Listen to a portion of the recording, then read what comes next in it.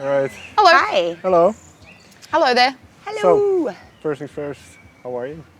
We are excellent. So good. It's good to hear. Yeah. So, before we get into the music that you've been working on recently, I'd like to jump back a little bit. Jenny, do you remember the first time you saw Stella play?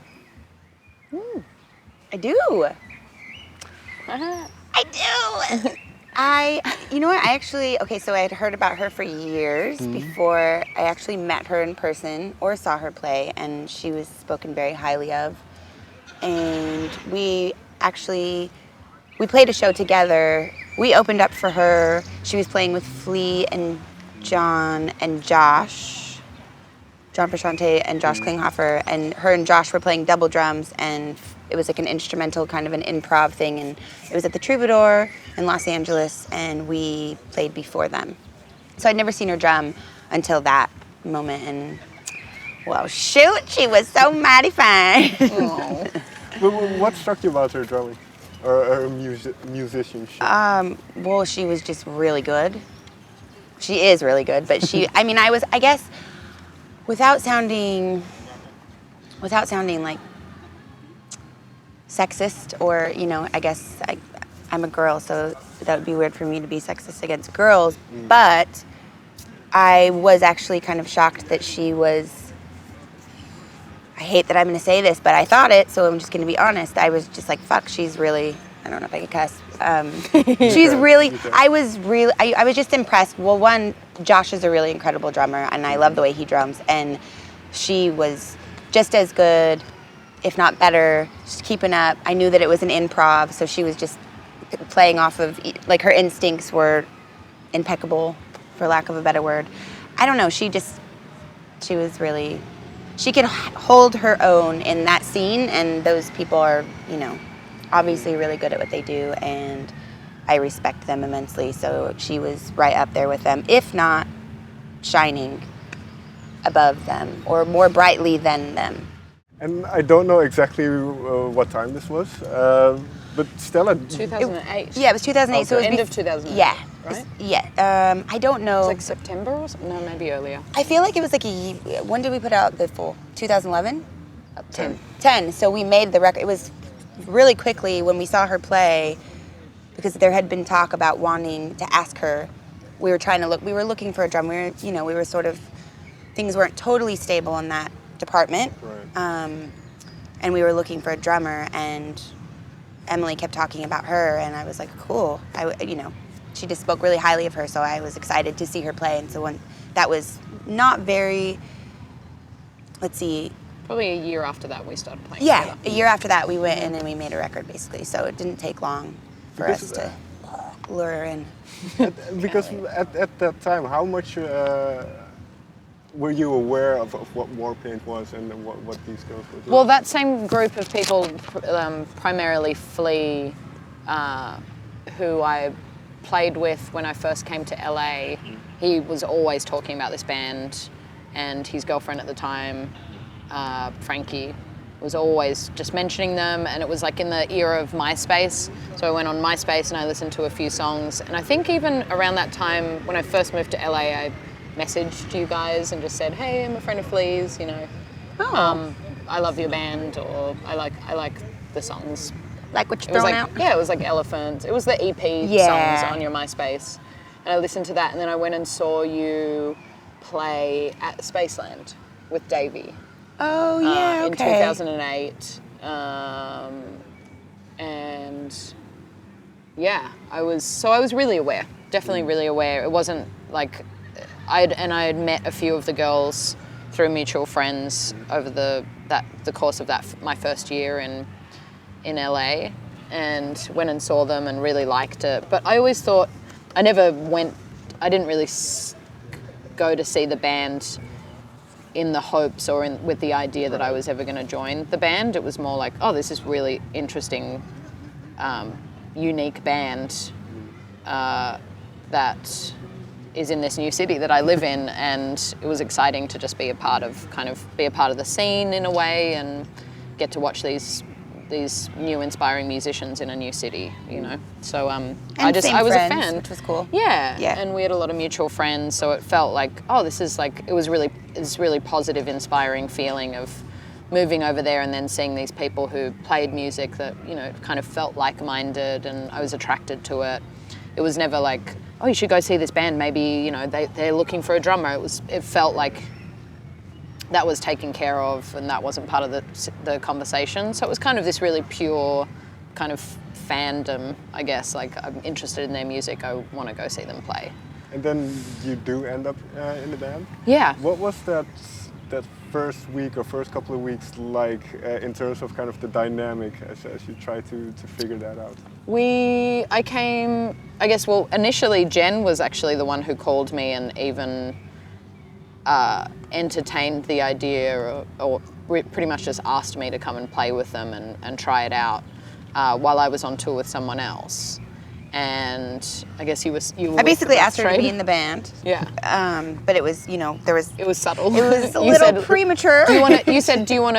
You never said that, even if maybe you were intending that, but you were super cool about it. You just said, do you want to come and make a record with us? do you want to make a record with us? We just got signed and we need a drummer to make this record with us. And I was like, perfect. It's exactly what I was looking for at that moment in my life. I'd kind of asked the universe for it.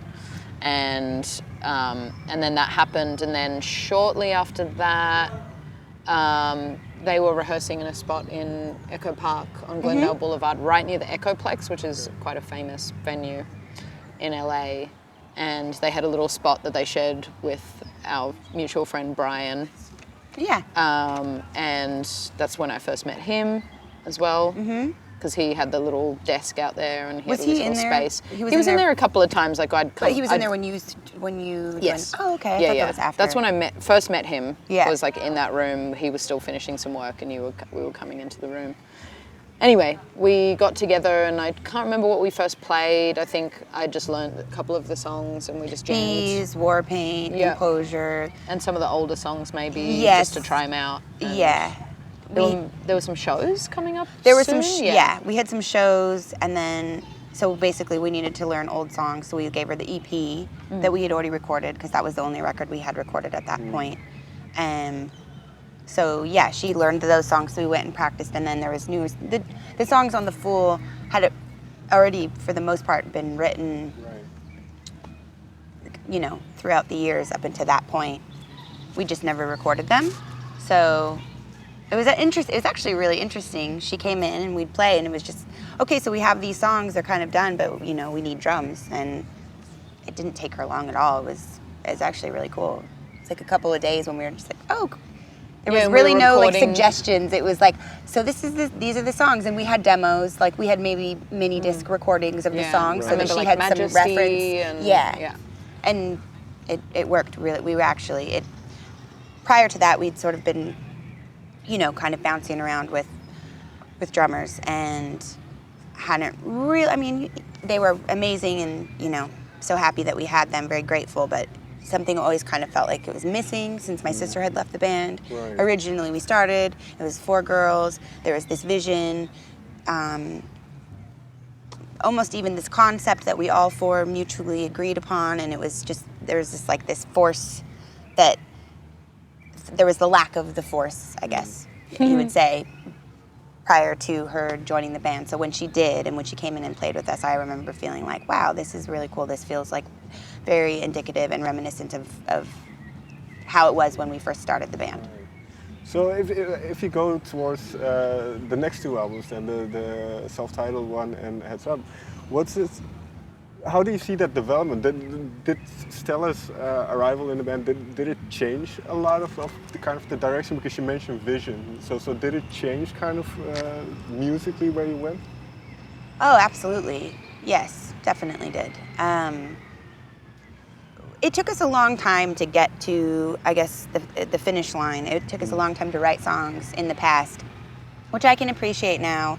Something about, I mean, sort of appreciate. I like, you know, I don't like getting too heady about things. I like writing a song and, you know, staying there until the song's finished. And if things need to be tweaks need to be made, great. But I don't like writing a song and then I don't like having 13 versions of a song. It gives me anxiety. I just like to commit to something. Obviously, if you're not happy with it, then let's figure it out. But if you're happy with it and then you go home and you sleep on it and then you're like, no, actually I'm not happy with it, let's change it again, and then you're like, this is great, and then come back again and it's like, no, I'm not happy, like that. I can't really deal with that. And that was one thing I'm grateful for her coming into the band, because her and I feel like have a really wonderful musical rapport, and it was really awesome for me to have somebody to be able to play off so immediately with, and it was just like, oh, this is so fun. Like jamming with her is really one of the funnest things in the world to me. And we can write a song in like 5 minutes, so that's also really nice. I feel like we've done that a bit for the band, where we'll just go in, bass and drums, we'll write a song from start to finish, 2 or 3, show them, they'll, yeah, great, and it's almost never changes from the structure never changes from what we originally did. So I feel like her and I have not that they don't either, but just, she came into the band and it was like, oh, this specific kind of routine or like method that we have that we've just established without talking about it. Just play it out. The rhythm section is fine. Yeah. In that sense. Did your approach to the music, to drumming, change by joining Warpaint? Yeah, definitely. I think traditionally found myself in situations where I was playing, it definitely felt like I was either playing to somebody else's tastes, and usually in bands where there was one very strong leader and a kind of a focal point creatively, and the job was very much like satisfy that person and that person's creative vision, and then everyone else in the band kind of did the same thing, did a similar job, and that's always been really satisfying to me, and it still is.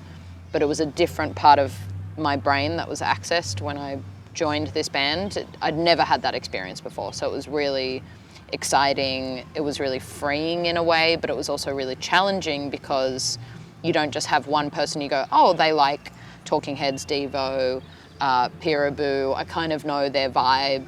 We're so scattered. And I'm constantly surprised by the things that we individually, what everyone gravitates towards and what they are repelled by.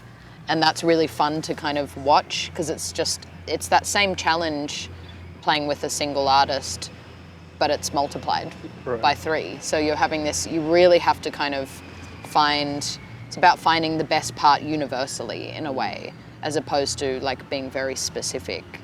So that's really fun. And it's really challenging in a way. But then on the other side, there's this like really cerebral and like musically challenging element of writing music with Warpaint. But then on the other side, there's a very natural thing that occurs when we play music together that doesn't have to be really labored over or, we've got, there's like there's a sweet spot with that, and there's a sweet spot in kind of refining things. And I think we have 2 ways of working. It depends on who's kind of, like dominating a song or the writing process.